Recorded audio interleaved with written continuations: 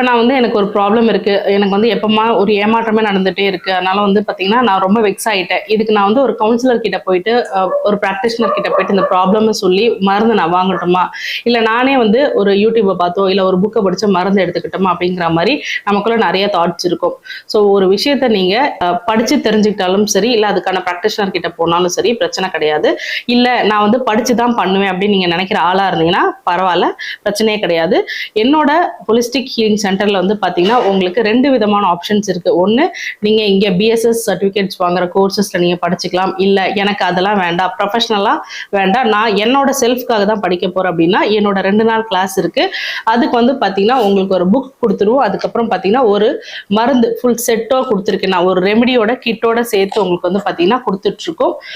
2 நாள் கிளாஸ் இருக்கும். 1 month training இருக்கு. மேலும் இத பத்தி நீங்க தெரிஞ்சுக்கணும் அப்படின்னா, கீழ இருக்க நம்பருக்கு கால் பண்ணுங்க. என்னோட சேனல்